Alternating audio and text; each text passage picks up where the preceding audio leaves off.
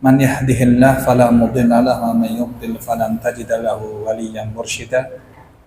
Asyhadu an la ilaha illallah wa asyhadu anna Muhammadan abduhu wa rasuluhu wa safiyyu khaliluhu al-Mustafa Muhammad sallallahu alaihi wasallam wa ala alihi wa ashabihi ajma'in. Allahumma la ilma lana illa ma 'allamtana innaka antas samiul 'alim.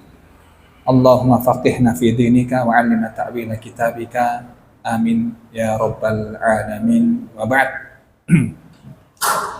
Jamaah Masjid Sabil Marzukin yang kami muliakan. Khawatir lupa-lupa namanya. Masih muda sudah lupa. Alhamdulillah atas rahmat dan kemudahan dari Allah Subhanahu wa taala, dimudahkanlah kita melangkahkan kaki kita untuk mempelajari ilmu yang Allah titipkan kepada para nabinya, dilanjutkan kepada para ulamanya sebagai pewaris para nabi. Sehingga dari para ulama kita mengerti maksud daripada Al-Quran, dan dari ulama juga kita mengerti daripada apa yang dipesankan oleh baginda Rasulullah Muhammad sallallahu alaihi wasallam. Maka dengan itu kita mengais barokah di antara lapis-lapis keberkahan jamaah. Berkumpul di masjid, bertemu dengan ikhwan, itu sudah barokah tersendiri. Terlebih lagi bertemunya kita, bermuwajahannya kita, saling memberikan ilmu, saling mengajarkan ilmu, mentadaburi ayat-ayat Allah Subhanahu wa taala, maka itu juga merupakan keberkahan tersendiri. Dan insya Allah kebaikan-kebaikan yang kita dapatkan pada kesempatan sore hari ini, kita berdoa kepada Allah agar kebaikan itu barokah. Barokah itu secara bahasa maknanya luzum wa thubut. Maknanya adalah menetap dan bertambah kebaikan tadi. Jadi semakin kita berada di atas sesuatu yang barokah itu makin bertambah kebaikannya. Nah di sini kalau kita belajar ilmu, nanti akan muncul kebaikan-kebaikan di balik ilmu yang kita pelajari insya Allah. Baik, tadi dibilang sama MC beliau Ustadz Arifin, kita akan mengkaji tafsir ya. Tetapi dari Ustadz, ini tafsir apa fikih saya? Fikih. Kata nama fikih. Tafsir nanti mau ganti materi ya. Mau siap-siap tafsir apa ini? Yang akan kita pelajari insya Allah ke depannya adalah fikih jamaah. Nanti jamaah yang ingin membeli bukunya, kemarin saya sudah kasih linknya ke Ustadz. Jenengan nggih, kemarin link buku, monggo kalau ada yang mau beli. Nanti yang mau langsung beli online monggo. Intinya saya nggak bakulan. Monggo jenengan nanti kalau mau beli silahkan, kita sama-sama ngaji. Kalau ada kitabnya itu enak jemaah. Ya, apalagi fikih. Fikih itu syarat akan perbedaan. Ini kadang-kala kita ini belajar fikih tiba-tiba bertanya dalilnya apa? Kan nonton. Kita ini kadang agak alergi kalau tanpa dalil. Sebenarnya bukan tanpa dalil, hanya saja kita yang belum tahu dalilnya. Nah makanya itu kalau ada kitabnya, ini nanti enak. Oh dalilnya ini, nanti pandangan ulama yang lain seperti ini. Nah ini pembelajaran fikih yang akan kita pelajari ini, sebagaimana apa yang dikatakan oleh Imam Asy-Syafi'i. Beliau pernah mengatakan, tafakkuru mas'alatin wahidah khairum min qiyamil lailah. Tafakkur, mentafakuri, memikirkan satu permasalahan ilmu, itu kata beliau lebih baik dibanding apa? Mengerjakan sholat semalam suntuk. Ada masalah, ini hukumnya apa? Jenengan sampai gelisah jamaah. Hukumnya boleh apa enggak? Ya. Hukumnya ini apa ini hukumnya? Jenengan cari secara mendetail agar mendapatkan jawaban, yaitu kata beliau lebih baik dibanding dengan qiyam lailah. Mengerjakan ibadah semalam suntuk. Kok bisa? Dikarenakan ilmu itu lebih baik daripada ibadah ditinjau karena. satu manfaatnya. Ya. Ilmu yang kita pelajari itu manfaatnya muta'addiyah, merembet.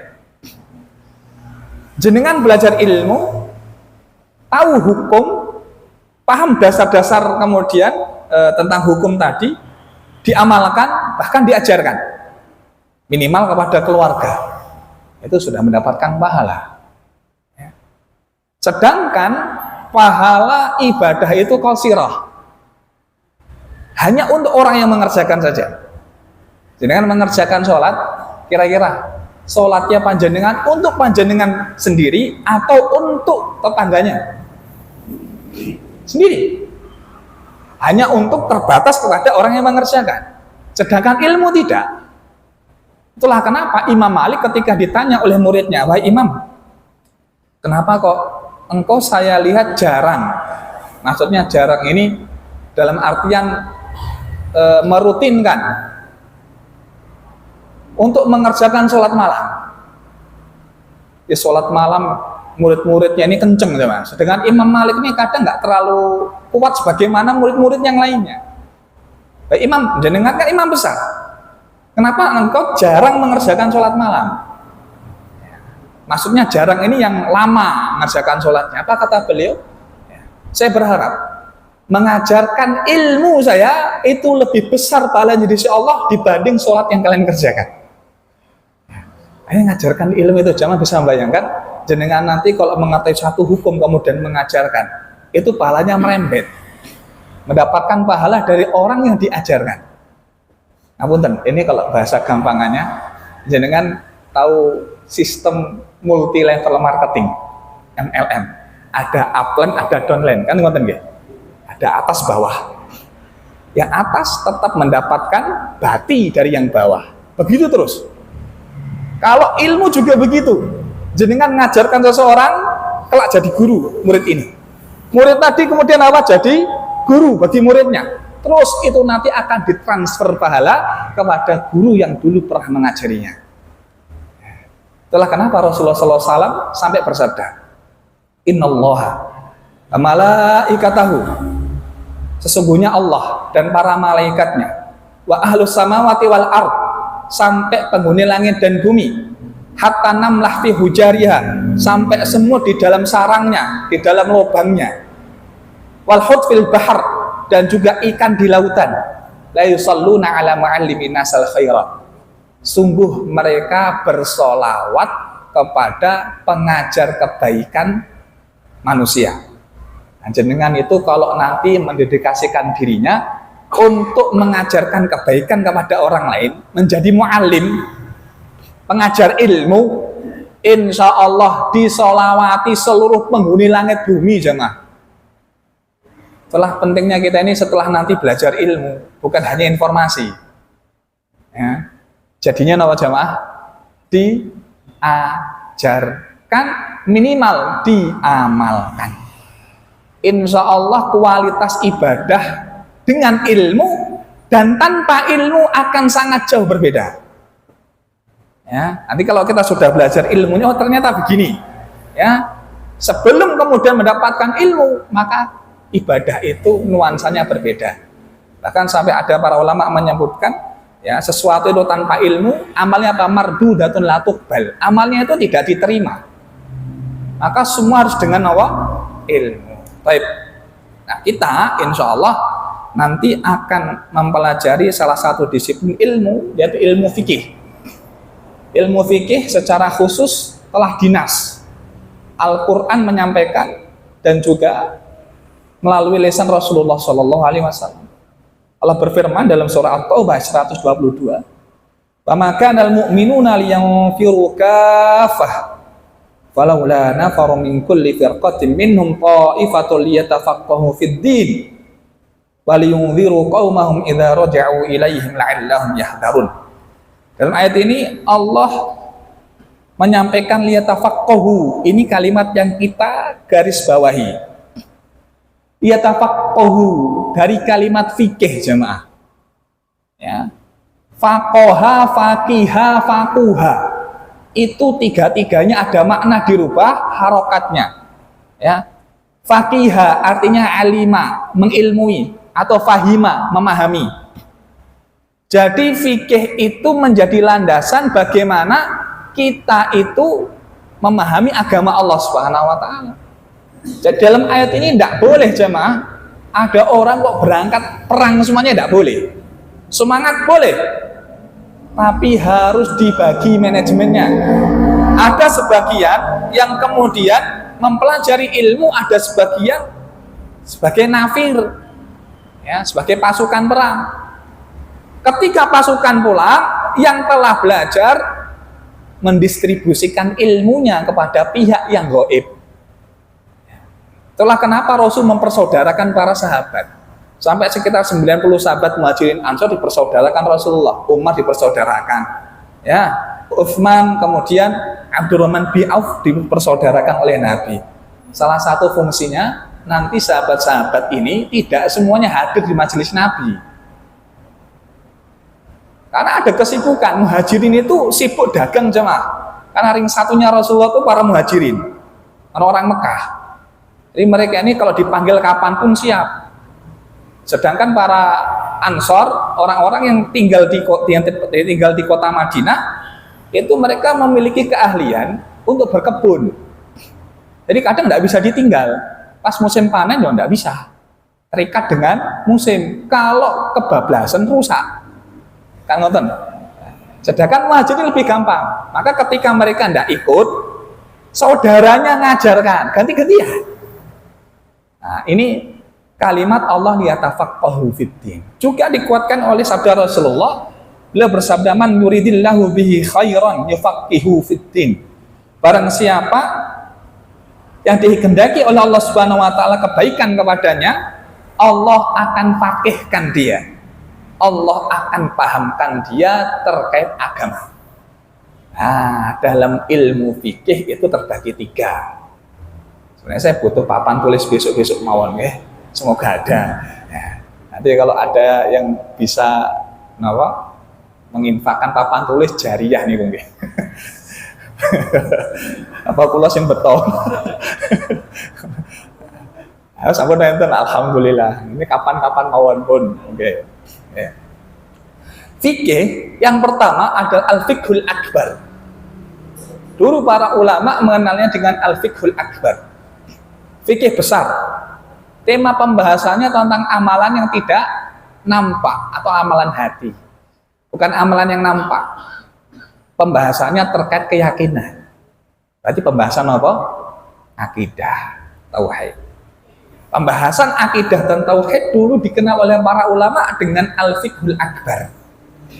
Fikih paling besar. Maka tidak boleh kita paham disiplin ilmu semua tapi nol dalam masalah tauhid. Nah, boleh kita belajar kemudian fikih, ya, fikih amali, ya, kemudian mempelajari yang lainnya, sedangkan tauhid tidak kita pelajari. Akidah harus tetap dipelajari. Itu yang pertama. Kemudian yang kedua, al-fiqh, atau yang kita kenal dengan fiqh syariah. Nah, sekarang ini yang berkaitan tentang amalan yang nampak bisa dilihat di indera. Sholat nampak, puasa nampak, zakat nampak. Ya. Jadi kalau kita nanti mempelajari fikih, para ulama itu sudah sangat detail dan jeli bagaimana meramu semua bab-babnya itu. Ibadah adalah hubungan ke atas, hubungan vertikal kita kepada siapa? Allah Ta'ala, ke atas. Maka bab ibadah tidak boleh ditinggalkan, kemudian mempelajari muamalah, bab hubungan sosial, ya, sebelum ini ibadah tuntas ya mah. Maka kenapa ibadah itu yang paling penting? Sholat dulu, ya toh? Sholatnya harus dipelajari. Ketika seseorang akan masuk sholat, itu ada bab yang mana tidak sah sholatnya tanpa dipelajari terlebih dahulu, yaitu syarat-syaratnya. Syarat-syarat sahnya sholat, yaitu apa? Ada banyak. Nutup aurat, menghadap kiblat, kemudian bersuci terlebih dahulu. Ya, maka syarat-syaratnya terpenuhi terdahulu jemaah. Harus memenuhi syarat-syarat itu. Ya, maka nanti kita pelajari pertama apa? adalah kaitan bersuci. Ternyata ada juga para ulama yang tidak meletakkan bab pertama itu toharoh. Ada diletakkan bab pertama sebelum masuk sholat, mawaki itu sholat. Sebelum masuk toharoh adalah bab waktu-waktu sholat. Emang agak aneh, menyelisih mayoritas ulama. Ya, dalam fikih-fikih Maliki itu biasanya kadang disebutkan bab waktu sholat, bukan bab toharoh terlebih dahulu. Kenapa? Ini ada alasannya juga dan masuk akal. Karena toharoh kita tuh jemaah, hukumnya tidak wajib sampai masuk waktu sholat. Ya buatan. Jenengan sekarang wudu wajib napa sunnah? Yang sudah sholat maghrib loh nih kita tanya gitu. Jenengan sekarang wudu wajib napa sunnah? Nah, saya wudu ini ngopo? Kan nonton Pak? Ya. Tapi ketika sudah masuk waktu sholat, azan, wajib mboten sholat jenengan? Lah, kalau sholat wajib, wudunya jadi wajib mboten?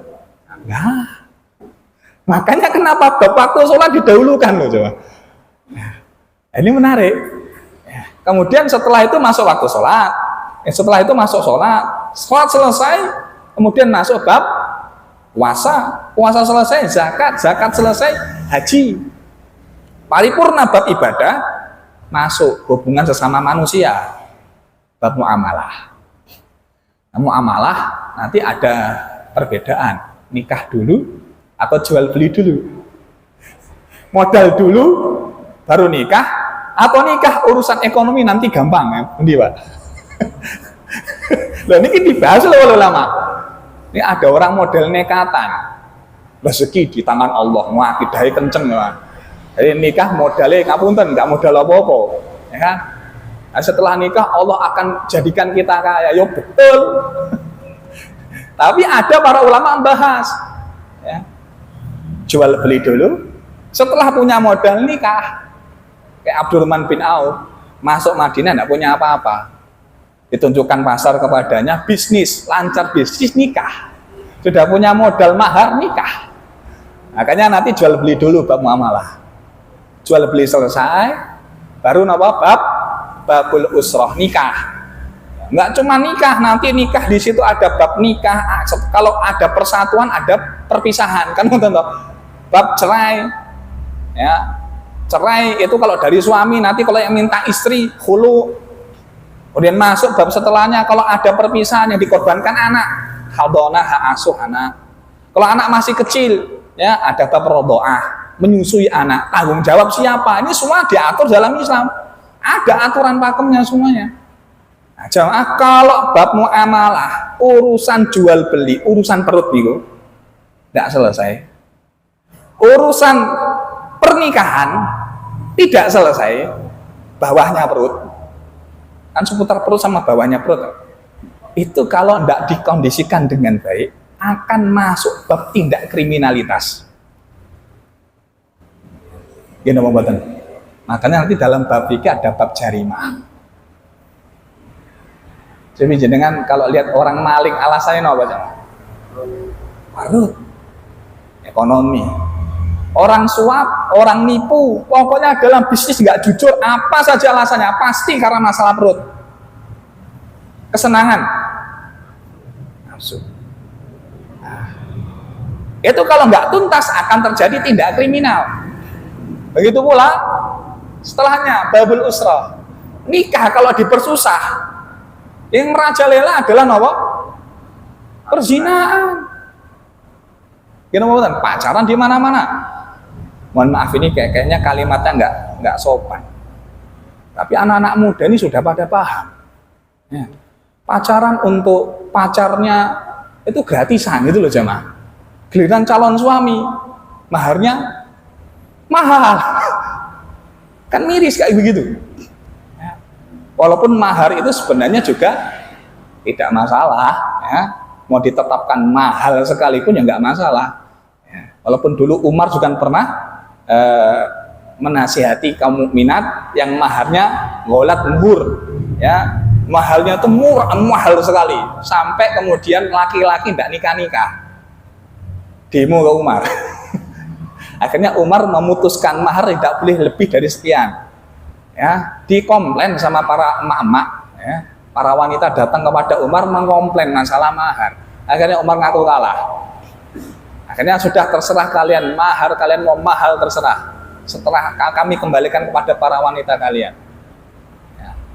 Sekarang kalau kita melihat bagaimana urusan-urusan yang pernikahan dan itu sakral, semakin susah untuk digapai, semakin mudah perzinahan di mana-mana. Ya. Kemudian nanti bab untuk menguatkan tentang tindak kriminalitas, ada bab persaksian, gitu. Ada bab saksi, kemudian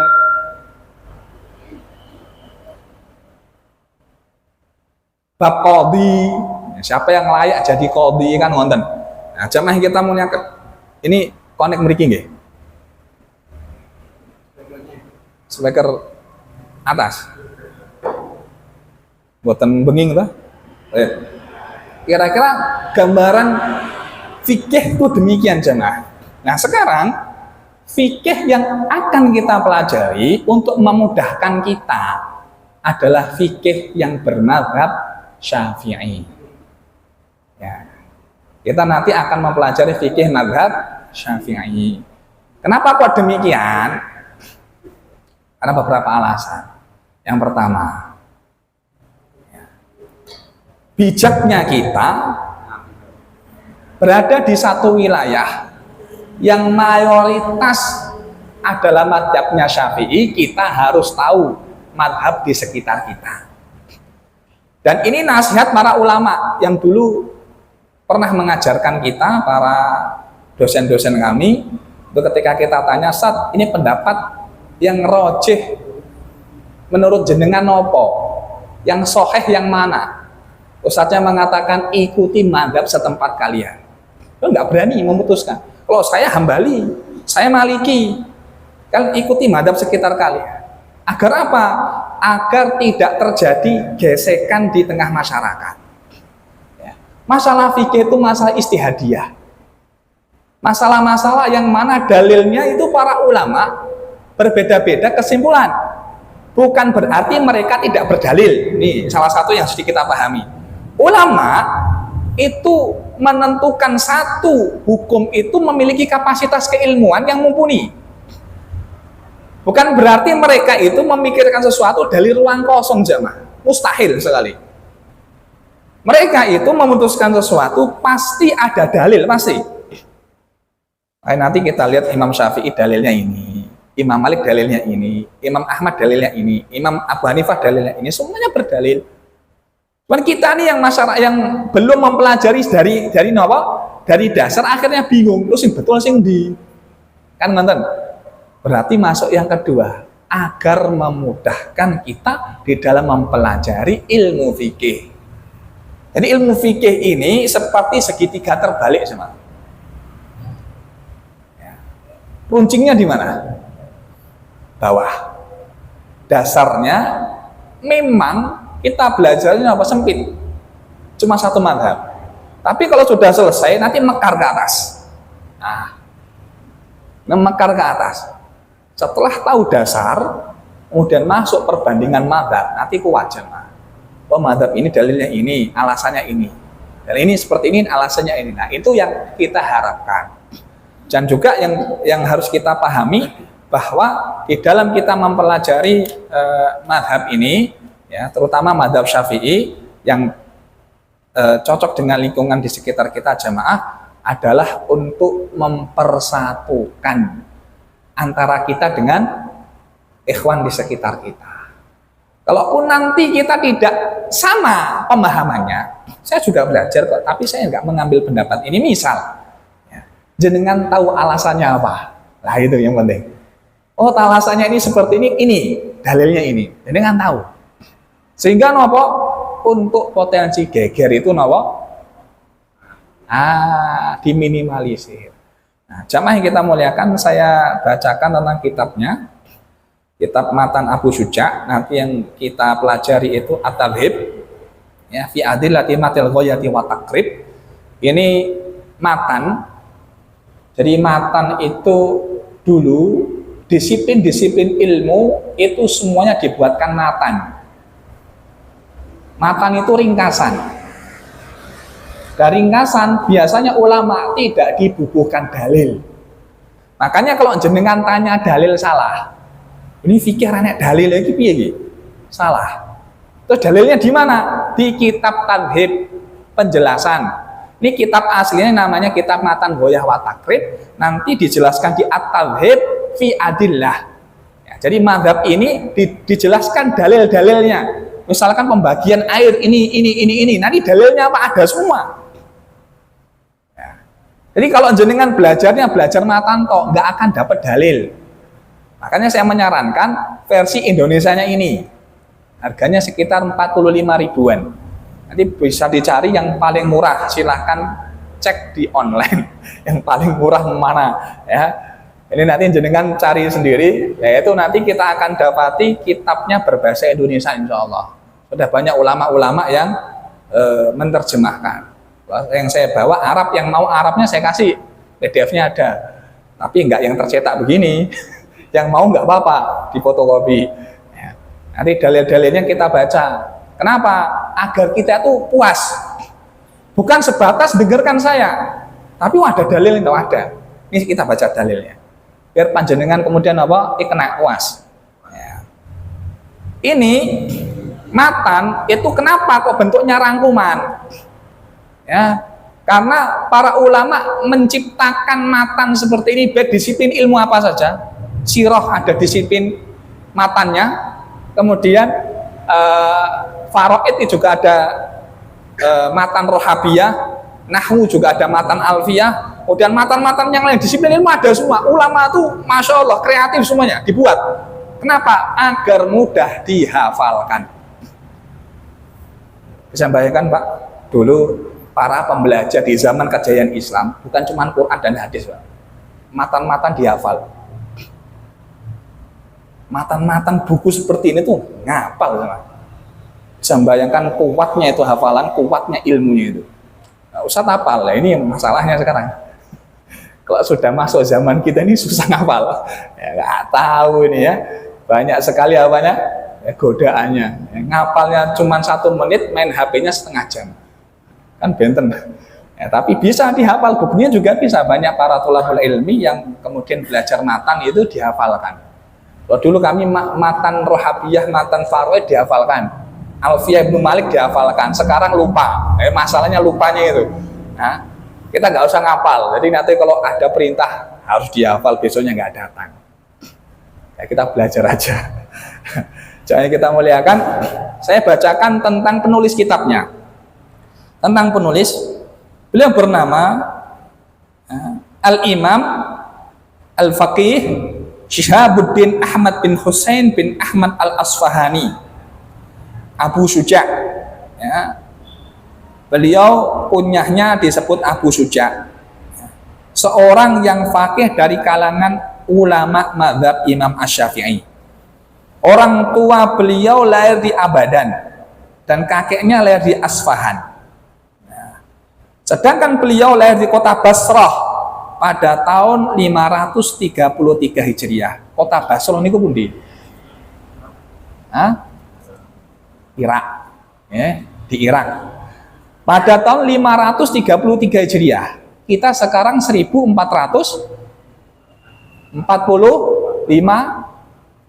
Hijriah. Sudah naik 1 tahun, Pak. 1445. Berarti berapa tahun jaraknya dengan kita? 900 tahunan. Betul napa mboten? Ya. Jarak beliau dengan Rasulullah 500 tahun. Jarak kita dengan Rasulullah 1400 tahun. Nah, punten kalau secara bakoh-bakohan ilmu itu bakoh sinten, Pak? Punten, bakoh sinten? Kira-kira. Pun ngalah mawon bakoh kono. Kesuwen kan. Pun bakoh para ulama yang dulu-dulu itu, ya. Karena zamannya lebih dekat kepada siapa? Kenapa? Di zaman dulu itu kalau mendapatkan hadis tanpa sanad, cuman matanya dibuang ke tong sampah saja. Dengarkan hadis lewat siapa? Enggak ada sanadnya. Anan ini siapa bisa mendeteksi itu para alul hadis. Ini siapa orangnya? Ini siapa hidup kapan? Waktunya kapan? Ketemu nggak sama ini langsung? Nah, kalau nggak ketemu namanya hadis ini. Ya. Kok tiba-tiba ada 2 tangga yang dilewati, ini namanya hadis begini. Nggak diterima serta-merta itu hadisnya. Makanya kenapa Bakoh kuat ilmunya? Pakai apa? Pakai sanad. Dan mereka hafal. Kita sekarang Mbah Google syekhnya. Kan gampang, tinggal tanya, Mbah Google ini apa? Jawabannya keluar, hadisnya sahih. Ini lebih canggih cuma ya, tapi nggak bakoh.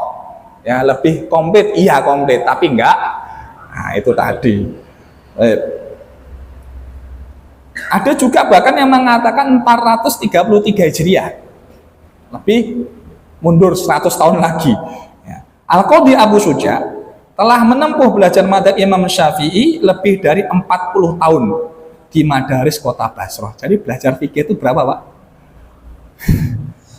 Gemeter kan saya 40 tahun. Ini setahun, 2 tahun wis waleh Pak ya. Ini ayo ngapunten niki, kuat-kuatan mungkin niki. Kuat ustadz ya, kuat. Betulan nih, Pak.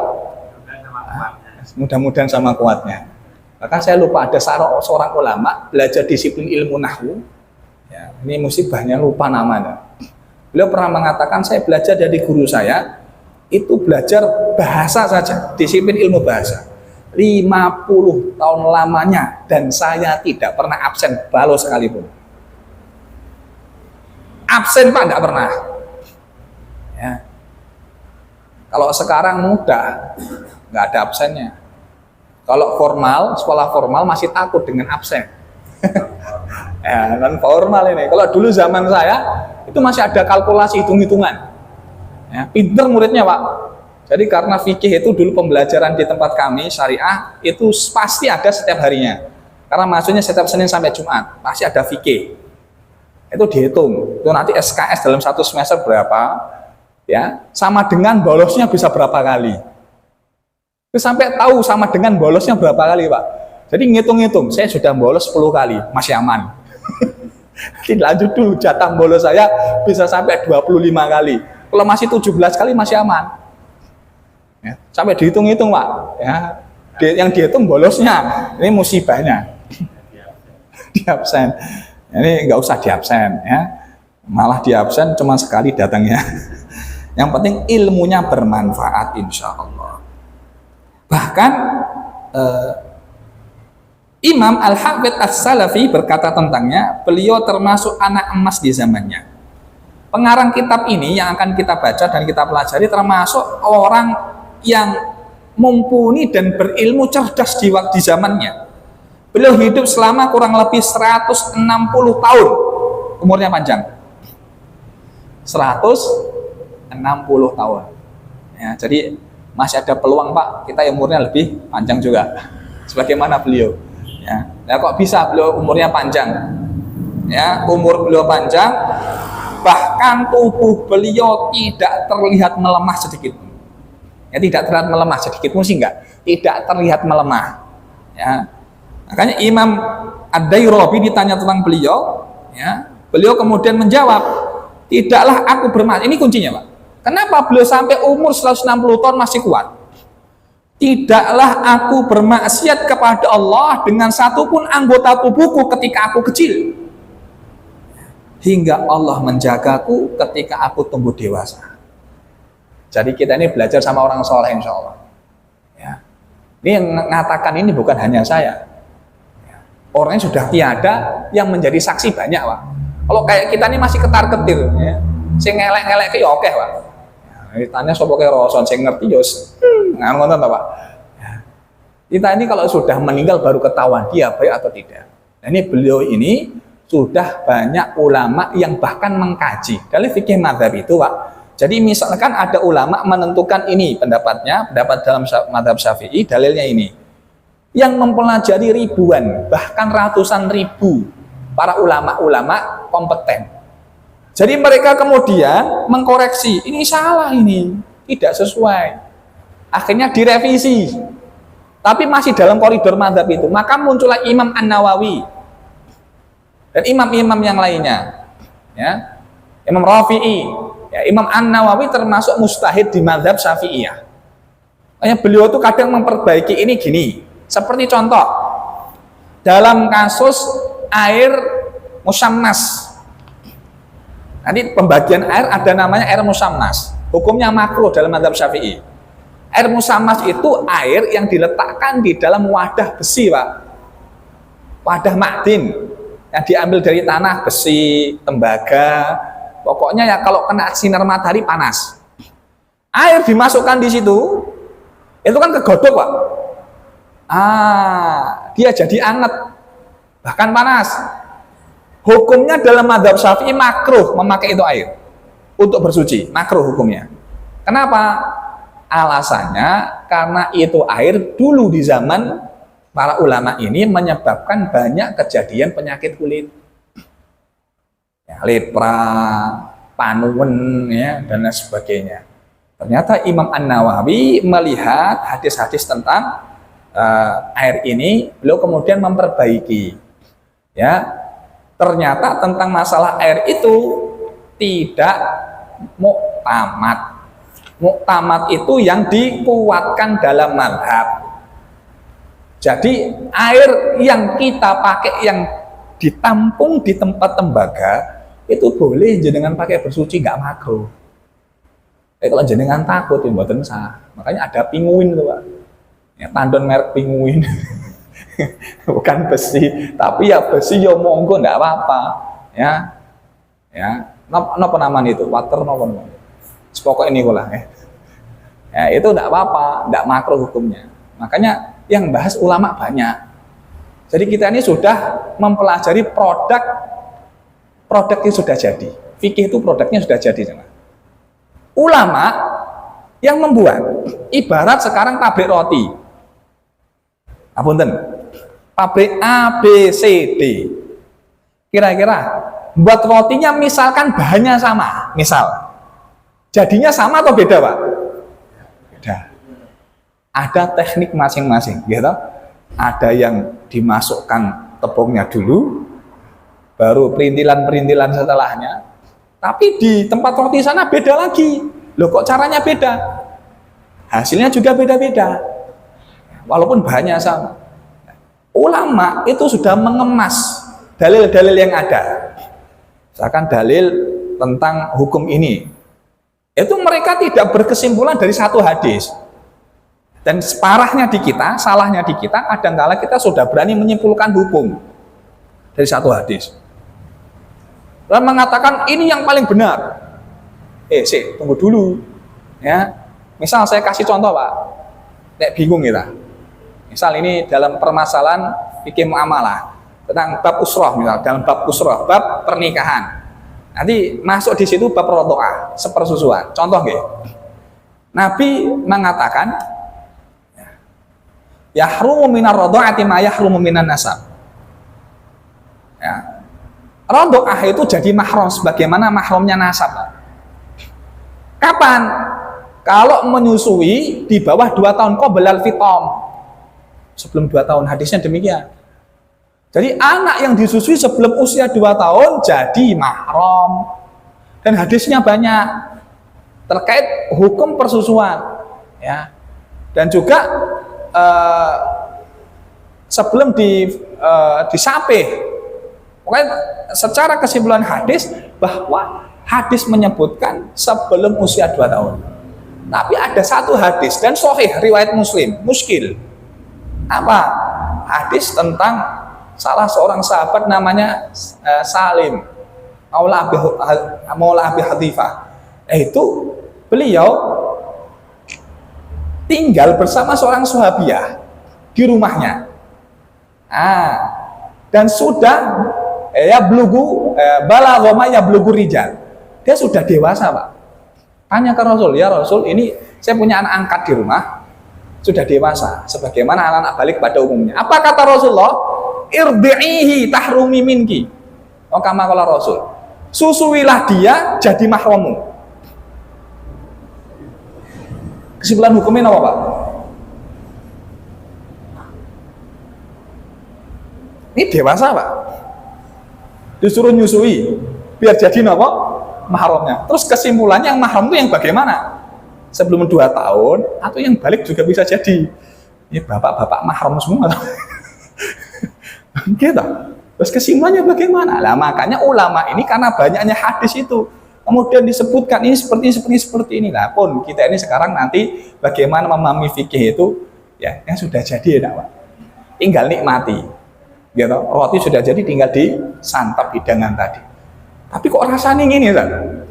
Oh rasanya ngono ya kita goleki sebabnya di mana. Nah itu enak nanti.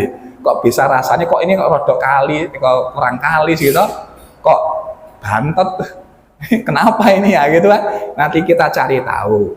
Terus ada nggak produk yang lain yang lebih unggul? Oh ada. Oh begini, cara buatnya begini. Kita tidak terlepas dari itu nanti insya Allah. Kira-kira demikian. Ini dilanjut nopo azan selesai. Kalau manut tuan rumah.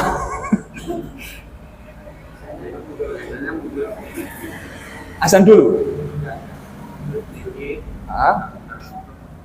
Oh mantan. Baik. Berarti kalau demikian kita lanjutkan. Jadi sekilas tentang penulis itu seperti itu dan beliau qadhi, seorang qadhi. Qadhi itu gelarnya tinggi, Pak. Pemutus hukum di wilayahnya. Kalau sekarang ya mahkamah ya bukan konstitusi. Ya di tempat kita itu kan ada hakim-hakim ya. Nah, jadi beliau dan ini nggak sembarangan. Karena kalau orang salah memutuskan hukum ala abwabi jahanam, Pak. Ya, jadi di tepi jurang. Kalau salah memutuskan sak gelungan itu Pak, kalau ngawur dia tanpa dalil, hukumnya tanpa berlandaskan tentang sabda Rasulullah dan firman-Nya Allah, itu tepi jurang. Makanya beliau mendapatkan gelar al-qadhi ini berarti beliau bukan orang sembarangan. Baik. Kita baca bagaimana penjelasan beliau di kitab Muqaddimah. Ya. Bismillahirrahmanirrahim. Alhamdulillahirabbil alamin wa sallallahu ala sayyidina Muhammadin an-nabiy wa alihi tahirin wa sahabatihi ajma'in. Beliau membuka dengan tahmid, memuji Allah dan memuji Rasulullah sallallahu alaihi wasallam. Qala al-qadhi Abu Syuja'. Berkatalah seorang qadhi Abu Syuja' namanya Ahmad bin Husain bin Ahmad al-Asfahani rahimahullah taala, sa'alani ba'dul asdiqa hafizahumullah taala. Teman-temanku bertanya kepadaku, meminta kepadaku an a'mala mukhtasaran fil fiqh, agar aku membuat kitab yang ringkas dalam bab fikih mazhab Imam Syafi'i. Jadi beliau diminta oleh banyak orang, "Syekh, buatlah kitab ringkas mazhab Syafi'i." Ini dulu di zamannya ringkas ya, Pak. Sakmene ringkas. Ringkas dulu. Kalau di kita ringkasnya piye to ya, tong tahun tak rampung ya. Bab ibadah saya kayaknya 2 tahun nggak selesai ya, kalau sebulan sekali kan, apalagi sebulan sekali ya, 5 tahun pun nggak tahu ini selesai kapan bab ibadah. Nah ini kalau mau detail nanti bisa lebih dari 2 tahun kalau detail penjelasannya. Fi ghayatil ikhtisar wa nihayatil ijaz, yang mana yang beliau tulis itu kitabnya yang sangat ringkas dan penjelasannya mudah dipahami. Kalimat-kalimatnya ijaz. Ini mudah dipahami Pak kalimatnya. Tapi nanti kalau sudah masuk babak belakang ya nggak mudah. Ya, berarti terjadi penurunan kualitas di zaman kita ini memang. Baik dari segi bahasa ataupun dari segi pendalilan kita ini lemah. Ya, makanya nanti kita pun manut ulama mawon. Ya. Liyaqruba 'alal muta'allimi darsuh, untuk mendekatkan, memudahkan kepada para pembelajar untuk mempelajarinya. Wa yashula 'alal mubtadi'i hifdhuh, agar memudahkan bagi para pemula menghafalkannya. Loh. Berarti dulu ini dihafal, Pak. Pemula-pemula belajar fikih itu ngapalkan ini. Imam Syafi'i itu belajar sama gurunya Imam Malik. Jadi Imam Syafi'i itu gurunya Imam Malik, Imam Ahmad gurunya jadi Imam Malik, Imam Syafi'i, Imam Ahmad. Imam Abu Hanifah sendiri di Basrah karena beliau di Kufah, ya jauh sendiri. Nah ini Imam Syafi'i sebelum belajar kepada Imam Malik, ya ditanya, kamu belajar dulu untuk mempelajari kitab Muwatta. Syafi'i masih kecil ya, Mas. Ya. umurnya belasan tahun. Disuruh pulang, belajar muwatta dulu sama kiai-kiai yang lain, saya yang lain. Apa kata Syafi'i? Muwatta huna. Kita muwatta di sini. Muwatta sudah di sini coba. Anak umur belasan tahun ya, sebelum 10 tahun udah hafid. Quran sudah selesai. Muwatta kitab hadis sudah selesai di sini ya. Ini kualitas ulama terdahulu begitu ya. Jadi seperti ini kalau dihafal tidak aneh. Ini yang aneh di zaman kita. Dihafal loh Pak. Ayo. Wan ukthira fihi minat taksimat wa hasul hisol. Nah, ini keistimewaan kitab ini apa? Beliau memperbanyak pembagian-pembagian. Jadi per bab itu dibagi-bagi. Ya, dan luar biasa detailnya jamaah. Wong kadang nggak kebayang sama kita dibahas juga sama beliau. Ya, contoh nanti dalam bab toharoh tiba-tiba setelah mempelajari tentang bab air, masuk bab jildul maitah. Jildul maitah itu menyamak bangkai. Apa hukumnya samak dari bangkai, kulit bangkai? Nah, bab apa? Bab suci kok tiba-tiba masuk jildul maitah, bab kulit. Ah, ternyata nanti ada alasannya. Ini kita nggak kepikiran tiba-tiba masuk babnya. Beliau membagi-bagi sangat detail sekali. Fahasul khisal. Fa'ajabtuhu ila dzalika taliban litsawab. Dan aku, kata beliau, ya, menyanggupinya semata-mata mengharapkan pahala. Nah, jenengan kalau punya karya sampai 100 tahun kemudian masih dipakai, pahalanya ngalir terus. Bisa bayangkan berapa tahun tadi jarak dengan kita 900 tahun. Sudah berapa banyak masjid mempelajari ini, teman. Sudah berapa banyak madaris di sekolah-sekolah bahkan kuliah-kuliah mempelajari ini. Kira-kira pahala beliau seperti apa tuh? Padang guburnya tuh Masya Allah. Ini kalau jenengan punya kesenangan menulis, boleh itu diabadikan. Ini kesenangan kita tuh bikin status aja, Mas. Status semangat ya, tapi nggak apa-apa asalkan manfaat, monggo. Nanti kan bisa dilihatin sama orang walaupun kita telah tiada. Ragiban ilallah ta'ala fit taufiqi lis-shawab. Beliau mengharapkan taufik dan apa? Taufik dari Allah Subhanahu wa taala. Ya, lis-shawab, yang mana kebenaran itu di sisi Allah. Semata-mata beliau ingin memunculkan keikhlasan. Maka beliau tuliskan di sini, tuh ulama tuh demikian, sangat berhati-hati.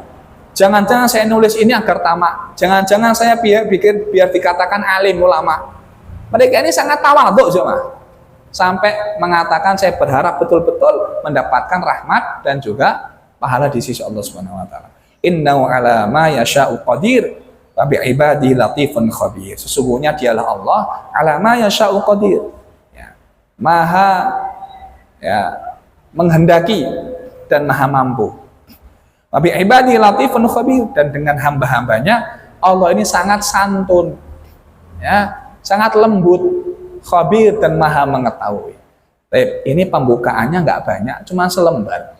Jadi kita baca ini biar kita tahu alasan kenapa beliau menciptakan, membuat kitab ini. Permintaan sinten? Orang-orang di sekitar beliau. Ya, jadi kalau bahasa kita mungkin usil berfaedah. Jadi bukan usil ya, ini tenanan ini. Belum bikinkan kitab ringkasan kok sampai sekarang malah manfaat. Dan fikih madzhab Syafi'i yang paling dikenal, yang paling sering dibaca ya ini. Walaupun ada Safinatun Najah juga, tapi cuman cukup di bab ibadah. Bab muamalah tidak ada. Hanya nanti kalau mau yang agak komplit ya ini kitabnya. Nanti kalau mau lebih tinggi lagi Fathul Mu'in, ya, saya nggak sanggup ngejarnya, ya, karena bahasanya juga kalau di bapak yang nggak paham bahasa Arab, saya kerepotan ngajarkan.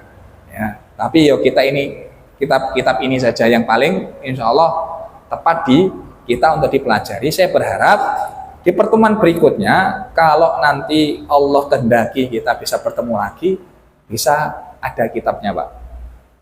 Diusahakan ada, nanti kita ngaji bareng. Enak, Pak. Nanti jangan pakai tuh pulpen, apa pensil, sedangkan tulisi. Berarti maksudnya begini-begini, nanti kita akan bahas insya Allah. Demikian, ya. Baik. Kita tutup dengan bacaan Alhamdulillah dan dua kafir majelis. Alhamdulillah. Assalamualaikum warahmatullahi wabarakatuh.